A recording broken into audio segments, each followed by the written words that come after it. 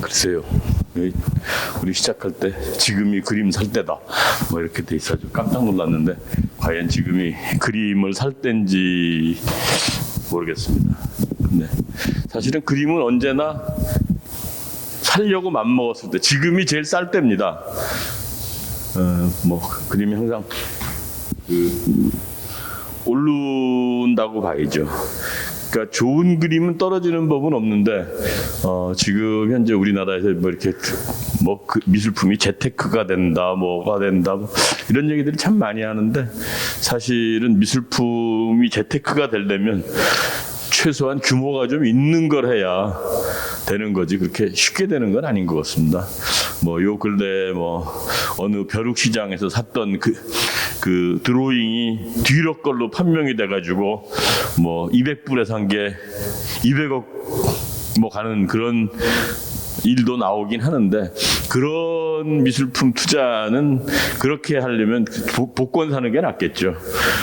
제가 오늘 말씀드릴 거는 사실은 저희 미술계에서 2013년경부터 한 10년 채 가까이 이 미술품으로 세금을 낼 수 있게 해달라는 물납제 운동을 꾸준히 했었습니다. 근데 작년 연말에 이제 정기국회 통과돼가지고 올해 아마 좀 보완이 돼서 입법이 되면은 내년부터는 이제 이 제도가 시행이 될 텐데 사실은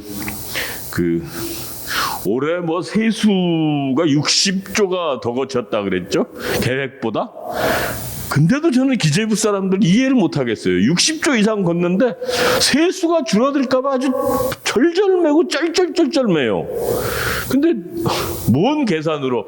제가 생각하기엔 기재부가 옛날엔 재경직 공무원이라 그래가지고 행시 볼 때 별도로 재경직을 따로 뽑았었는데 되게 수학도 잘하고 산수도 잘할 텐데 어떻게 세수가 60조나 늘어났는지 모르겠어요. 어쨌든 뭐 우리도 상상 못했던 뭐 부동산 가격이 올라가는 바람에 그런 부분도 있긴 합니다만은 어쨌든 그런 것 같습니다.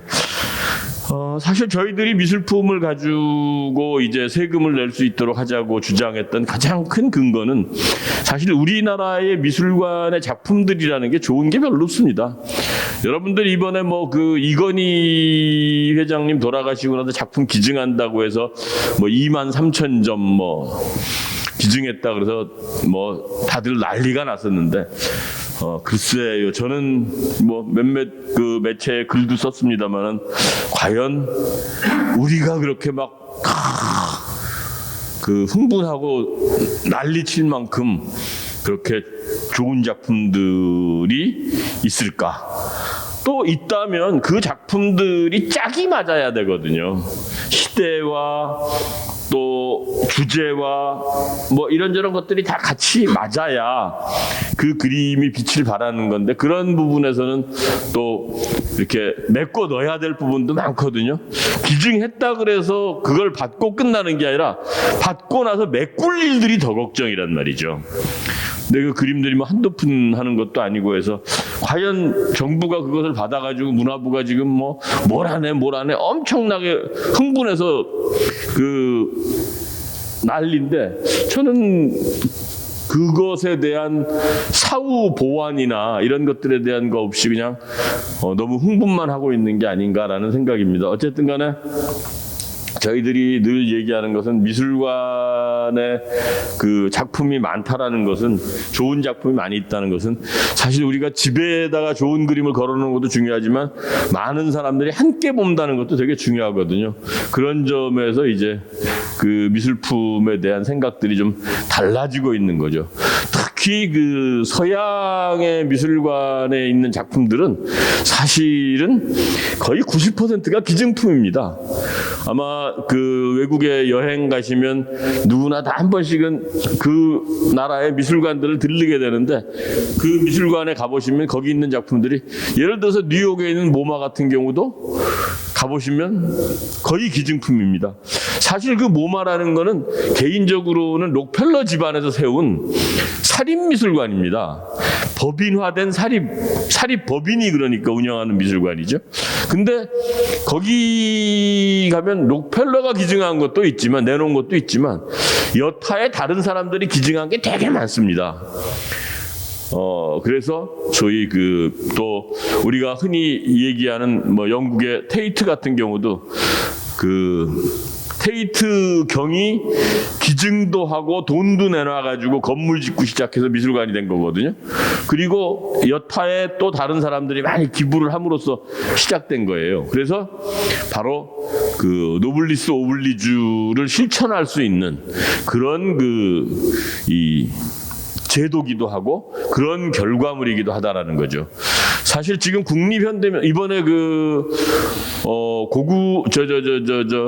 간송미술관에 불상 2개가 국보가 나와가지고 좀 시끄러웠었는데 그 불상 2개를 살 돈이 국립중앙박물관에 없습니다. 국립중앙박물관의 1년 예산이 39억입니다. 국립현대미술관의 작품 구입비가 42억 정도 돼요. 43억. 그러면 여러분들 가끔 신문지상에서 보셨겠습니다마는 김환기의 작품 하나가 최고 비쌌던 게 100억 좀 안 되죠? 70몇 억이었죠? 그 당시. 그러면 국립현대미술관 1년 예산 가지고는 못 삽니다. 2년 할부로 사면 모르겠습니다. 그 미술품 가격은 계속 올라가기 때문에 사실은 미술품을 미술관에서 구입한다는 게 어렵습니다. 거의 불가능하다고 해도 과언이 아닙니다. 제가 국립현대미술관의 학예실장으로 있으면서 약 5,000점의 그림을 사 모았었는데 그때만 해도 제가 20년 전이니까 지금보다 작품의 가격이 동그라미가 하나 많게는 2개가 없었던 겁니다.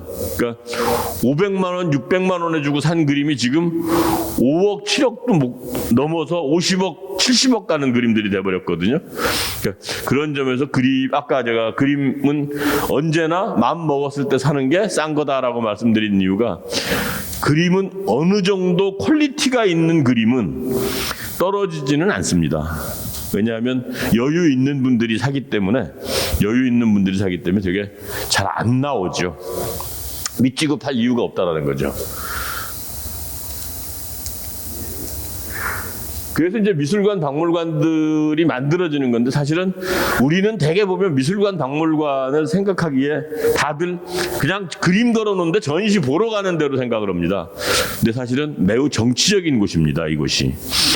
국가의 정신문화를 상징하는 상징체기도 하고 또는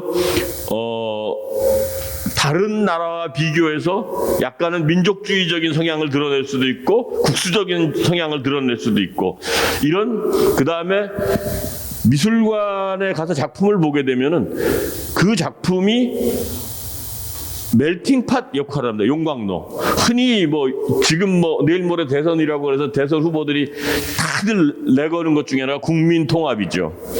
국민통합 말로만 되는 게 아니거든요.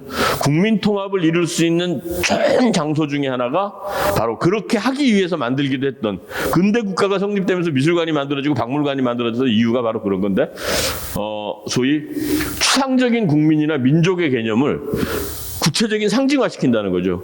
우리가 석굴암에 가서 불상을 보면서 이거 경상도 사람들이 만든 거네? 하는 사람은 없을 겁니다. 익산의 미륵사지 탑을 가서 보면서 이거 전라도 사람들이 만든 거네? 하는 사람은 없습니다. 다 우리 거예요. 그리고 조금 멋있고 괜찮은 거는 나하고 좀 거리가 있어도 나하고 되게 가까운 것처럼 얘기를 합니다. 나 그 친구 잘 알아 이런 것처럼. 그래서 바로 그런 증거물이 된다라는 거죠. 그리고 그걸 매개로 해서 한 울타리 속에 한 민족, 한 국민 이런 느낌을 갖게 한다는 거죠. 그래서 공동체의 일원이라는 소속감을 확실하게 느끼게 해주는 게 바로 미술관들입니다. 소위 프랑스가 대혁명이 일어나고 서 루브르를 만든 것도 바로 그런 이유 중에 하나입니다. 혁명을 해서 시민사회가 됐다 그러는데 나한텐 돌아온 게 없고 아무것도 바뀐 게 없어요. 그때 미술관을 만들어서 문을 열어주니까 많은 사람들이 들어가서 소위 옛날에 루이 왕들이 쭉 대를 물려서 나폴레옹 때 봤던 이런 것들을 와 하고 보면서 내가 이걸 볼 수 있는 걸 보니까 혁명이 성공한 건 맞구나 이런 생각을 하게 만들었다는 거죠. 그래서 대개 외국에서는 그런 식으로 이 미술관들을 발전시키기 위해서 그런 그 기재들을 만들기 위해서, 그러니까 미국 같은 경우도 다문화 국가 아닙니까? 다인종 국가고. 그래서 미국에서 무슨 문제가 생기면, 흑인 문제가 생기면 많은 미술관들이 한 몇 달 내지 1년 정도 뒤에 되면 흑인 전람회들은 참 많이 합니다. 흑인들의 삶, 흑인 화가들의 그림 뭐 이런 거. 페미니즘이 문제가 되면 여성 작가들 그림을 많이 전시하고 또 이렇게 또 라틴 쪽 사람들이 뭔가 문제가 생기고 사회적으로 뭔가 좀 이런 그 소외 현상이 발생하고 그래가지고 문제가 되면 그런 전람회들을 합니다. 그러니까 미술관, 박물관들이 매우 느리게 움직이고 있지만 매우 적절한 때 적절하게 그들에게 문화적 자긍심을 심어줌으로써 그리고 그들의 문화를 이해시키기 위해서 그런 일들을 하거든요.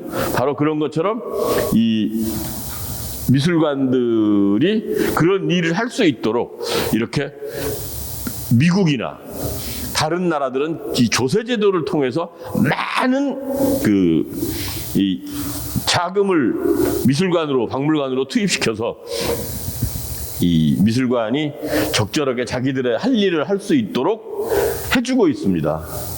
그렇게 해서 흔히 말해서 우리가 사익을 추구하는 그런 자본주의라고 하지만 자유민주주의의 자유자본주의 국가라고 하지만 이 공익적 자본주의, 나 혼자만 잘 살면 뭐하냐, 함께 잘 살아야지라는 그런 개념에, 그 다음에 승자독식의 자본주의를 보완하는 이런 기제, 나눔, 그래서 차별과 차이를 해소하는 이런 역할들을 하게 해주는 것이 바로 조세제도다.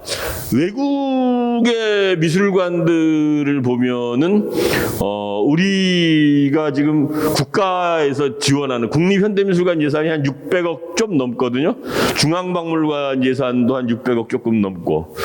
근데 사실은 외국의 미술관들은 국가에서 지원해 주는 게 그렇게 많지 않습니다. 뭐 프랑스, 영국, 독일이 좀 많은 편이고요. 독일은 연방정부, 주정부, 지방정부까지 세 정부가 나눠서 내고 민간에서 펀딩을 하기 때문에 그런데 어쨌든 간에 미국 같은 경우는 순전히 기부금으로 돌아갑니다. 물론 NEA라는 미국의 기금이 있어서 거기서도 지원이 되지만 거의 85%에서 90% 이상이 다 민간의 기부금으로 돌아간다는 거죠. 근데 사실은 이 조세제도라는 걸 통해서 그런 것들을 내게 하는 장치로 활용을 한다는 거죠.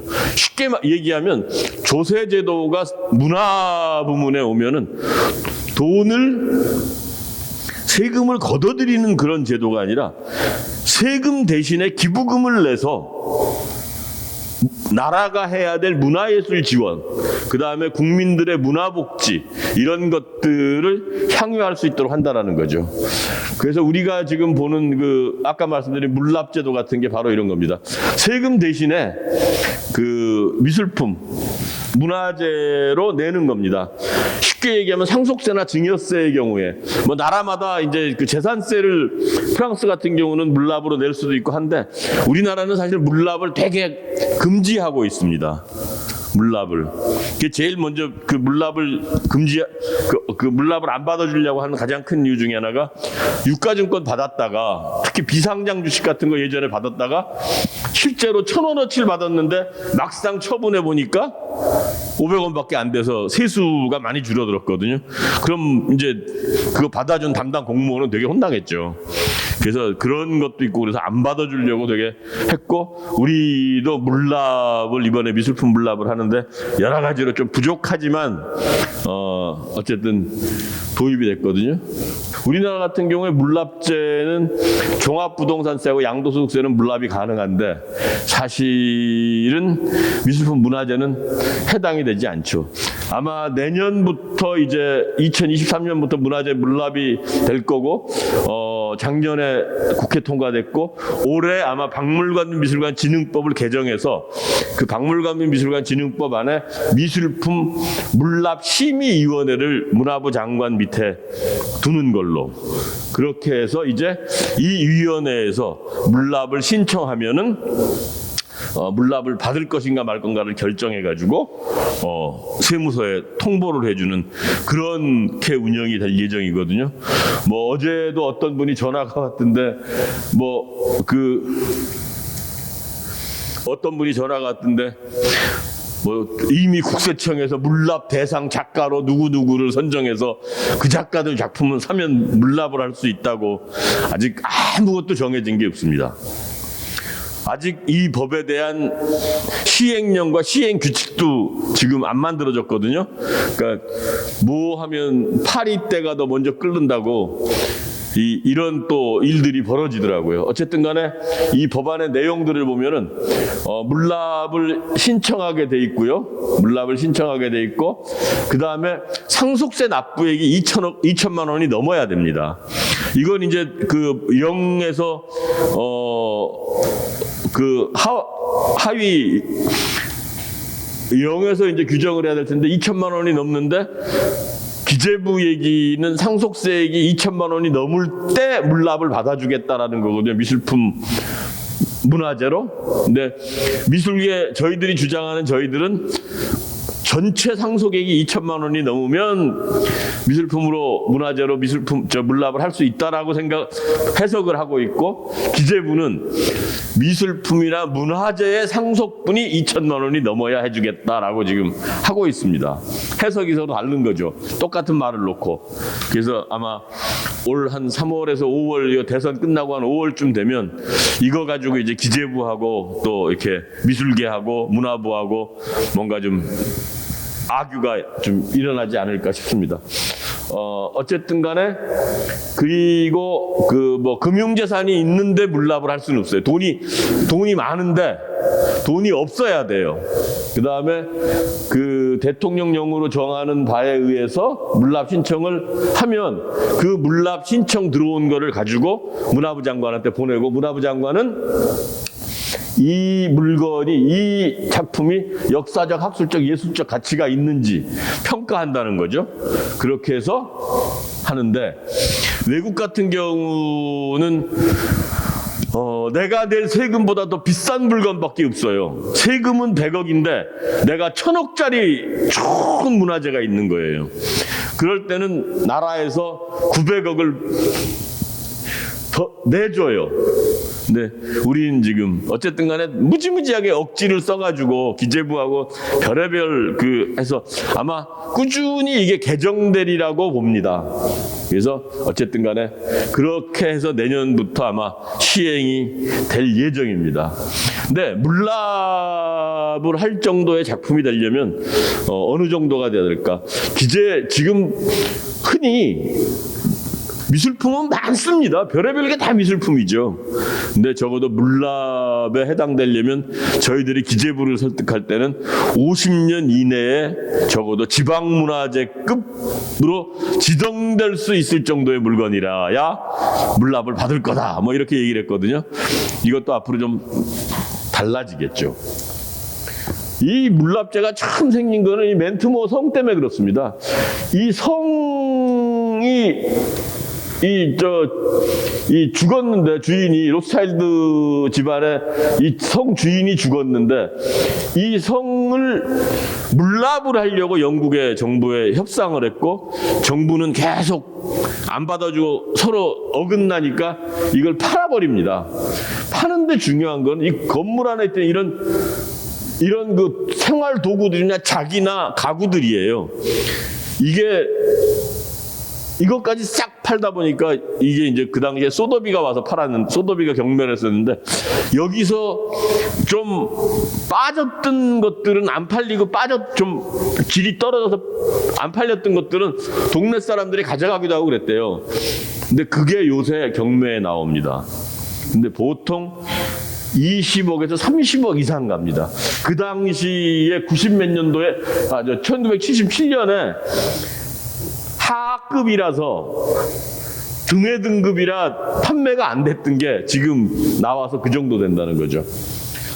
이렇게 해서 물납으로 받은 그림들이 이런 그림들이 있습니다. 영국에. 그러니까 영국에서는 우리도 마찬가지인데 이제 물납을 받게 되면 그림을 받아서 이 그림을 그 위원회에서 어디로 보내라까지 지정을 해줍니다. 쉽게 얘기하면 예를 들어서 훈민정음이 나왔다 그러면 뭐 규장각이나 한국학중앙연구소나 국립중앙도서관 이런 데로 보내겠죠. 그런 식으로 이제 나눠준다는 거죠.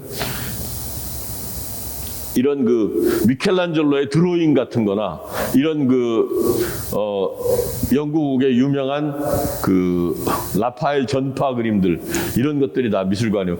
그리고 이제 영국 같은 경우 현대미술도 받아줍니다. 이런 현대미술. 이거 웬 쓰레기 봉지인가 싶겠지만 이것도 작품입니다. 개빈 턱이라는 작가의. 그 다음에 이게 고갱이 직접 손으로 만든 책입니다.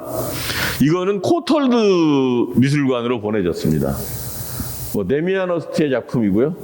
이런 그 문학적으로 그러니까 꼭 이렇게 미술품만 되는 게 아니라 이런 문헌 자료 이렇게 중요한 이런 것들도 다 됩니다. 고문서, 사진, 역사적인 자료, 육필, 원고 이런 것도 다 영국에서는 받아줍니다. 아마 우리나라도 앞으로 그렇게 가지 않을까 싶은데. 그 다음에 여러분들 가보시면은 파리 가시면 들르는 피카소 미술관. 이것도 피카소가 죽고 나서 그 가족들이 그림에 대한 세금이 어마어마하게 나올 거 아닙니까? 피카소 그림 한 장만 갖고 있겠습니까? 얘네들이 이 가족들이. 그래서 그 세금을 프랑스 정부하고 딜을 합니다. 그래서 미술관을 만들어 줄 테니까 물납을 해라. 그래서 프랑스는 물납이 좀 늦게 그 도입이 되긴 합니다만 그렇게 해서 이 물납을 해서 만들어진 미술관이 바로 이 파리의 피카소 미술관입니다. 이렇게 물납으로 이루어진 미술관들이 무지무지하게 많습니다. 작품들도 많고. 여기 지금 보시면 루브르에 있는 그 베르메르의 그 천문학자라는 그림인데 이 그림도 우리 너무나 유명한 망하지 않는 부자 3대 지나면 부자 3대 못 간다는데 3대 넘게 가는 로스차일드가가 세금 대신에 물납한 작품입니다. 베르메르의 작품은 전 세계에 30점 정도, 40점 채 안 되게 36점 정도가 있다고 그러는데 루브르에서 자존심이 있지 베르메르 작품이 없으니까 되게 전전긍긍했었는데 이걸로 체면 칠해를 했습니다. 외국에 같은 경우는 물납을 받아주는 게 이제 뭐 세금 이런 얘기가 있는데 우리나라는 물납이 이제 되는 거고요. 그 다음에 미국 같은 경우는 물납 제도가 아예 없습니다. 평소 기증이 되기 때문에 아예 그게 없고요. 그다음 영국이나 프랑스나 네덜란드 같은 경우 물납 제도가 있고요. 독일도 있고 일본 같은 경우는 등록된 문화재, 국보 보물에 한해서 이 물납이 가능하도록 되어 있습니다. 자, 우리가 이제 이 문화재 미술품을 물납하는 방법이 있다면 또 하나는 기부의 방법이 있습니다. 사실은 우리가 이런 걸 갖고 있죠. 기부금 공제제도를. 전 세계적으로 이 기부금 공제제도는 이 불우이웃 돕기 성금이나 이런 것 때문에 전 세계 어디든 다 잘 돼 있습니다. 우리나라도 참 잘 돼 있습니다. 우리나라도. 근데 사람들이 이해를 잘 못해서 이 기부금 제도를 활용을 안 하거든요. 그러니까 이번에 상속을 받은 것들을 국가에 기부하거나 본인의 재단에 기부를 만들어진 제3의 재단에 기부를 하게 되면 상속세 자체가 없습니다. 그러니까 이번에 예를 들어서 그 이건희 회장 돌아가시고 나서 삼성가에서 기증한 작품에 대해서는 국립현대미술관과 국립중앙박물관에 보낸 2만여 점의 작품에 대해서는 상속세가 없습니다. 그 다음에 자기네 삼성문화재단에다 그걸 줬다 해도 세금은 없습니다. 그 다음 또 하나는 거기까지만 있는 게 아니라 그렇게 기부를 했을 때는 기부금에 대한 이거를 기부로 인정을 해서 기부금에 대한 세제 혜택을 줍니다. 그래서 소득세 공제가 있다는 거죠. 연말 정산할 때 소득세 공제 또는 법인세 공제가 있다라는 거죠. 법인의 경우는. 그리고 우리나라 같은 경우 보통 이 기부금 상한액이 있어서 기부금 상한액을 넘게 기부를 하면은 대개 외국은 5년 동안에 뭐 이렇게 이월시켜가면서 소득세 공제를 해주거든요. 우리나라는 10년입니다 지금. 재작년이게 19년에 바뀌었는데 10년 동안 나눠서 해줍니다. 자, 기부 대상 기관은 대개 국가 또는 지방자치단체입니다. 지방자치단체에 해야 가장 소득세 공제가 제일 큽니다. 그래서 국립중앙박물관, 국립현대미술관, 국립한글박물관, 국립도서관 이런 데 기부를 하면은 국가에 기부한 게 되기 때문에 세제 혜택이 제일 크다는 거죠. 그 다음에 뭘 할 거냐. 기부 가능 재산으로는 현금 이외의 자산도 됩니다. 부동산을 줄 수도 있고 주식을 줄 수도 있고 그 다음에 주식 채권 같은 것들 그 다음에 유가증권, 토지 건물 기자재 그 다음에 로얄티 저작권 이런 것도 줄 수 있고요. 거기에 문화재 미술품도 똑같습니다. 이것도 보면은 문화재 미술품을 기증하게 되면은 기증한 미술품 또는 박물관에서 기증을 받은 데서 우리가 얼마짜리를 받았습니다라고 영수증을 발급해 줍니다. 그러면 그거를 개인은 연말정산 또는 종합소득신고 때 세무서에 갖다 내면 그만큼 세제 혜택을 받는 거고 법인은 기부금 처리하고 법인세 신고할 때 내면은 디덕트가 됩니다. 지금 연말정산 하실 때잖아요. 그죠? 연말정산할 때 우리 교회 헌금 낸 거 이런 거 기부금 다 영수증 갖다 내면 그거 디덕트 해주잖아요. 세금에서 빼주잖아요. 소득에서. 그거하고 똑같다고 생각하시면 됩니다. 어렵게 생각할 게 하나도 없이.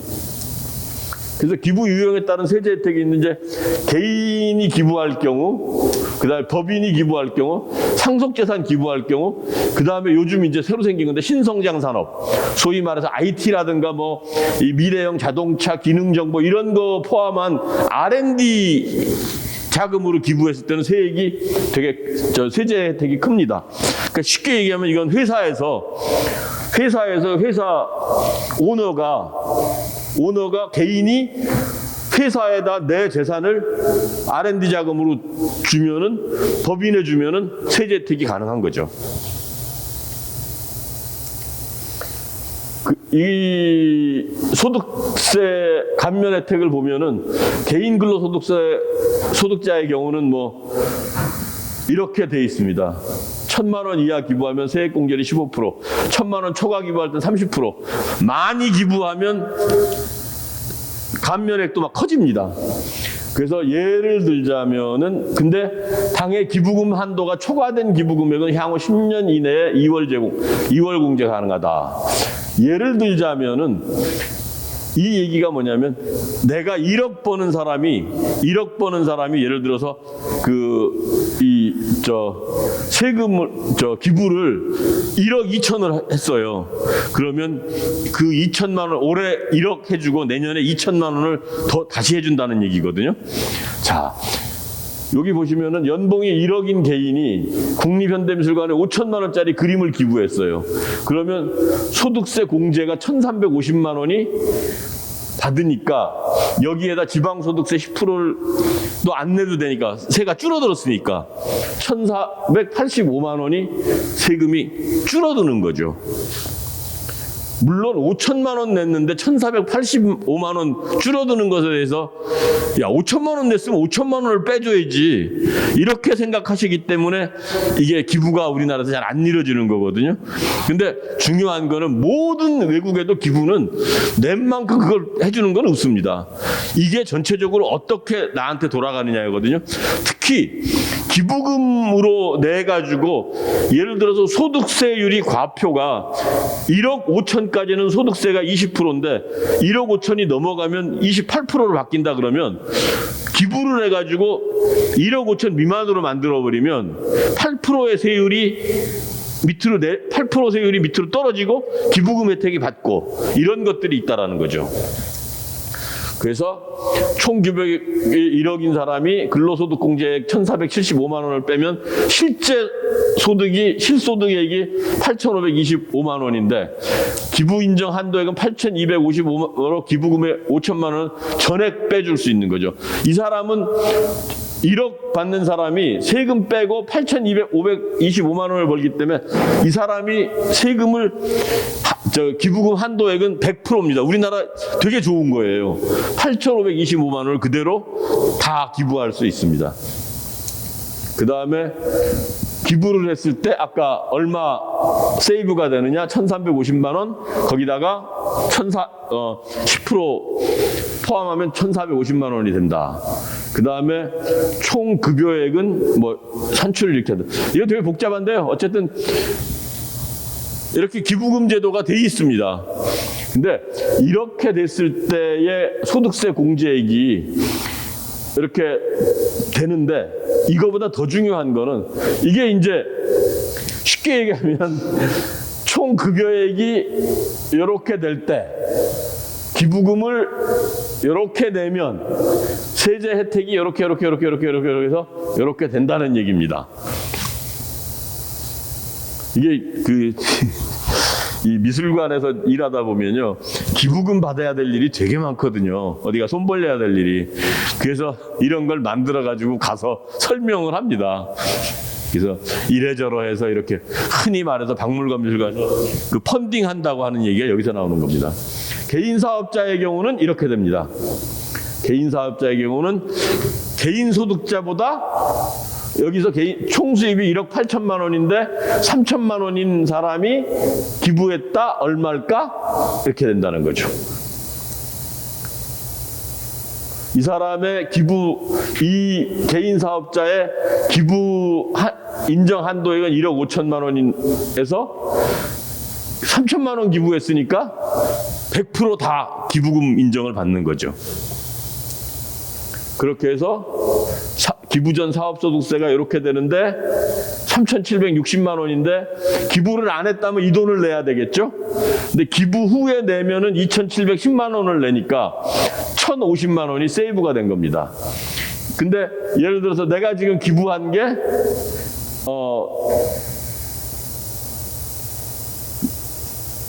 1,000만 원밖에 세이브가 안 된 거죠. 기부한 거보다는 못 쫓아간 거. 기부한 액수에 못 미치는 거죠. 이것도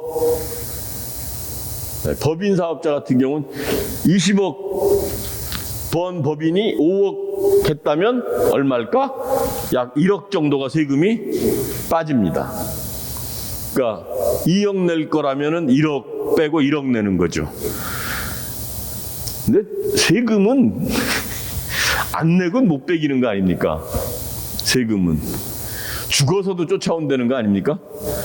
그러니까 어느 부모가 빚지고 돌아가셨는데 철 모르는 3살짜리 아이가 아무것도 모르니까 놔뒀다가 나중에 아버지 부모 빚을 진다는 그런 얘기도 있지 않습니까? 자, 그래서 이렇게 해서 여기도 예를 들어서 20억 버는 사람이 기부 한도액이 50억이거든요. 그러면 법인의 경우에 사업소득세가 그러면 10억 해서 50%. 그러니까 개인의 경우는 100% 자기 번 거를 1년 번 거를 그대로 다 기증할 수 기부해도 다 인정을 받고요. 법인의 경우는 좀 다르고요. 이렇게 반까지 할 수 있겠죠. 그러니까 법인 같은 경우는 이제 되게 상장법인 같은 경우는 다 기부해버리면 예를 들어서 배당이나 이런 거에 문제가 생길 테니까 이런 식으로 이 액수에 따라서 달라집니다. 이 세율이.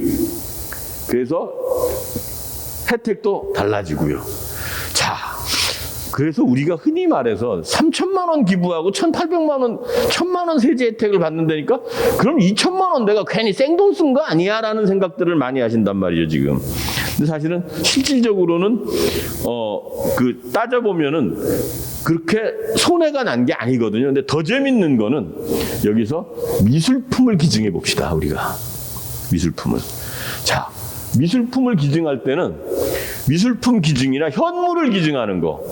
현물을 기증할 때는 모든 현물 기증은 기증시의 가격을 기준으로 합니다. 빼주는 거를. 그러니까 내가 500원 주고 산 그림이 5천만 원이 됐다 그러면, 기부를 했다 그러면 산 가격 500원을 가지고 얘기하는 게 아니라 지금 현재 가격 5,000원을 쳐준단 말이죠. 자, 그러면 이제 이해가 가시겠죠. 그림을 예전에 지금 사놔가지고 앞으로 10년 뒤에 예를 들어서 그림을 기증해주고 미술관에서 기증해주고 세제 혜택을 받으면 얼마가 이익인가? 그죠? 두 번째는 미술관에 작품을 기증하면 기증자로서 미술관이 예우를 해줍니다. 쉽게 얘기하면 미술관에 그림이 이렇게 들어가면 미술관 그림 밑에 항상 걸려있으면 거기에 누가 기증했다고 써 있어요. 쉽게 얘기하면 죽고 없어져도 내 이름은 미술관에 남아요. 작가 이름하고 같이. 그래서 가장 그 미술품 가격에서 흥미로운 거는 기부 당시의 가격을 기준으로 한다는 겁니다. 그래서 이 현물 기부의 가격 측정은 공정시장 가치를 측정한다라는 거예요. 미술품 같은 경우는 시장 가격을 정하기가 되게 어려워요. 그래서 우리 이 다음 강의를 해줄 이호숙 대표 같은 경우가 이제 그런 감정 회사를 가지고 운영하면서 이런 그 감정 가격들을 정해주죠. 그러니까 미술품 가격들이 다들 어떻게 정해질까 걱정하지만 사실은 다 합리적으로 그렇게 해주는 방법이 있습니다.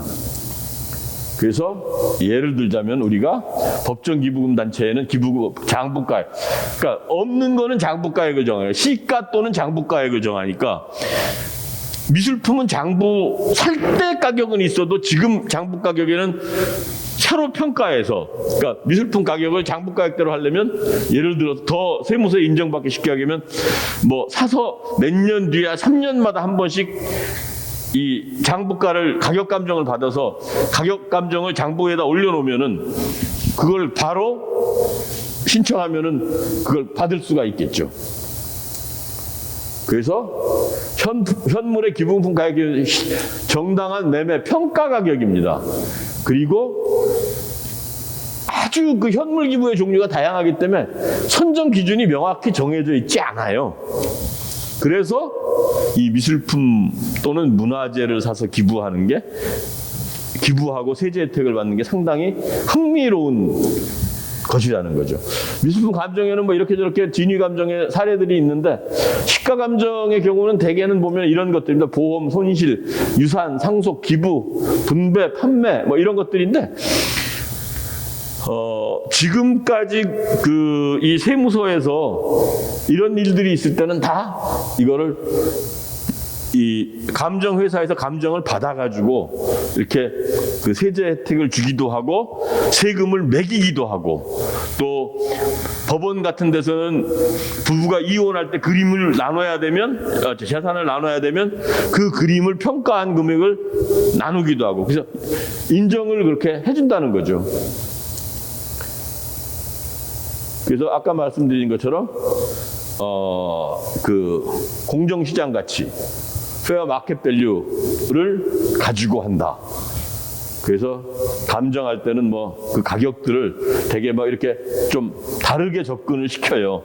특히 기부할 때는 이 가격을 치기도 하고, 그 다음에 예를 들어서 보험이나 손상 손실 때는 이런 가격을 주기도 하고, 그러니까 똑같은 미술품의 가격이라 하더라도 그것이 기부할 때와 뭐 다른 일에 쓰일 때하고는 가격이 조금씩 유동적이라는 거죠. 뭐 기부할 때는 세제 혜택을 더 받게 하기 위해서, 유리하게 하기 위해서 10% 정도 업한다든가 뭐 이런 방법들을 쓴다는 거죠. 근데 그게 이미 매뉴얼에 다 나와 있습니다. 그렇게 하라고. 그래서 무슨 편법을 하거나 불법을 하는 게 아니에요. 그래서 미술품 시장 가격들은 뭐 이렇게 정하고요. 그 다음에 미술품 가격들을 정하는데 사실은 우리나라 같은 경우는 2개 회사에 2개의 감정기관으로부터 가격을 받아와가지고 평균을 냅니다. 근데 그게 국세청에서 봤을 때 좀 못 믿었겠어. 못 믿어. 그러면 국세청에서 갖고 있는 위원회, 그 전문가들을 모은 위원회를 통해서 다시 가격을 매깁니다. 그래갖고 높게 나온 거를 쳐줍니다. 근데 사실은 우리나라에서 미술품 가격 감정을 하고 진위 감정을 하고 가격 감정을 할 사람들이 그렇게 많지 않아요. 그래서 국세청에 가봐야 그 사람이 그 사람입니다. 그래서 뭐 크게 변동이 없다. 그 다음에 저희들 같은 경우도 뭐 이렇게 합니다만은 사법감정사, 소위 법원에서 재판할 때 불려가서 이 가격을 얘기해주는 이런 일도 하거든요. 그 다음에 세관에도 통관할 때 얼마짜리인가. 근데 미술품은 원래 관세가 안 붙습니다. 그래서 관세 문제가 생기는 거는 저게 미술품이냐 아니냐의 문제를 가지고 논쟁이 붙기도 하죠. 그리고 미국 같은 경우는 이제 개인 재산 가치 평가를 하는 거죠. 개인의 자산 가치 평가를 하게 되면 이런 게 다 들어갑니다. 미술품, 장식 미술품, 골동품, 보석류, 기계, 장비 이런 것들. 그리고 미국도 이런 제도들을 통해서 우스팝이라는 이런 그 기구의 기준을 통해서 하게 돼 있습니다. 그래서 우리나라도 지금은 이런 식으로 감정들을 하고 있습니다. 미국 감정협회나 또는 국제감정가협회에서 교육받고 이수하고 미국 자격증도 따고 뭐 영국 가서 공부한 사람도 있고 해가지고 글로벌한 그 스탠다드에 맞게 감정을 하고 있습니다. 그 다음에 소위 미술시장에서 특히 그림을 제일 많이 사본 작품 수집 담당자. 아까 제가 국립현대미술관에 대한 5,000점 샀다 그랬죠? 5,000점 사본 사람만큼 가격을 잘하는 사람이 누가 있습니까? 네, 뭐 그런 것들이 이제 다 같이. 그래서 하고요. 요즘은 미술품이 거래될 때 전부 다 그게 있습니다. 현금 영수증 발행하도록 되어 있어요. 그리고 큰 화랑들이건 작은 화랑이건 다 사업소득이고 하기 때문에 미술품 가격의 가장 정확한 데이터는 사실은 국세청에 다 있습니다. 그래서 저희들도 뭘 하려고 우리가 무슨 이걸 가지고 뭐 세제 혜택을 더 받기 위해서 뭐 올리고 내리고 할 것도 없어요. 국세청에 있는 데이터만 돌려보면 거의 다 나옵니다. 미국 같은 경우는 이런 것도 있습니다. 이제 우리나라도 이런 것들이 도입이 될 거고 될 예정입니다. 저희들이 계속 주장하고 있기 때문에. 사실은 아까 말씀드린 것처럼 우리나라가 이제 아까 3만 불, 우리 이재원 선생님도 얘기했지만 3만 불 선진국가인데 사실 우리나라의 박물관, 미술관 수준은 개발도상국가 수준입니다. 개발도상국가 수준. 그렇기 때문에 이걸 업그레이드 시키기 위해서는 이런 제도들이 필요하다는 거죠. 그래서 뭐랄까요? 약정 매매는 미술관에 팔기로 하면 미술관에 팔고 박물관에 팔면 싸게 해주는 겁니다. 지금 우리나라에 미술품 그 양도소득세가 있거든요. 사가지고 파는데 차익에 대한 세금 내는 게 물납을 하게 되면 그게 없고 기부하면 그거 없어지는 겁니다. 근데 두 번째 우리가 그 기부하거나 그렇게 됐을 때는 이게 되는데 미술관에 팔면은 그림값 세금을 빼주는 거죠. 아예. 그러니까 미술관이 좋은 그림을 살 수 있도록 박물관이 좋은 유물을 가질 수 있도록 국가에서 이렇게 지원하는 거나 다름없는 겁니다. 돈으로 지원하는 게 아니라 세금을 안 받아서 지원하는 거죠. 조건부 상속세 면제.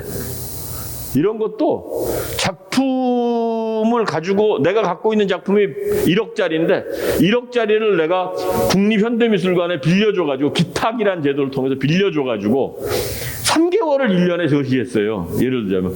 그러면 그 3개월치 일반에 공개된 부분을 감해주는 겁니다. 그러니까 좋은 그림이 집에 창고에 처박혀 있고 안방에 걸려 있는 게 아니라 자꾸 밖으로 나올 수 있도록 함으로써 양질의 문화 자산을 함께 보게 만드는 거죠. 네, 문화 기증제도. 이건 이제 미술품 아까 현물 기부하고 똑같은 제도입니다. 근데 이제 이 문화 기증제도는 더 세율이 높습니다. 그러니까 공제액이 많다는 거죠. 프랑스 같은 경우는 아예 90% 세액 공제를 줍니다. 우리나라 같은 경우는 기부금에 대한 아까 기부금 살펴보셨으니까 한번 볼게요.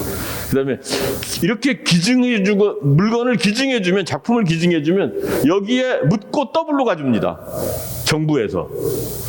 그러니까 예를 들자면 1파운드를 기증을 했는데 여기다 하면은 25%를 저한테 환급을 해줍니다.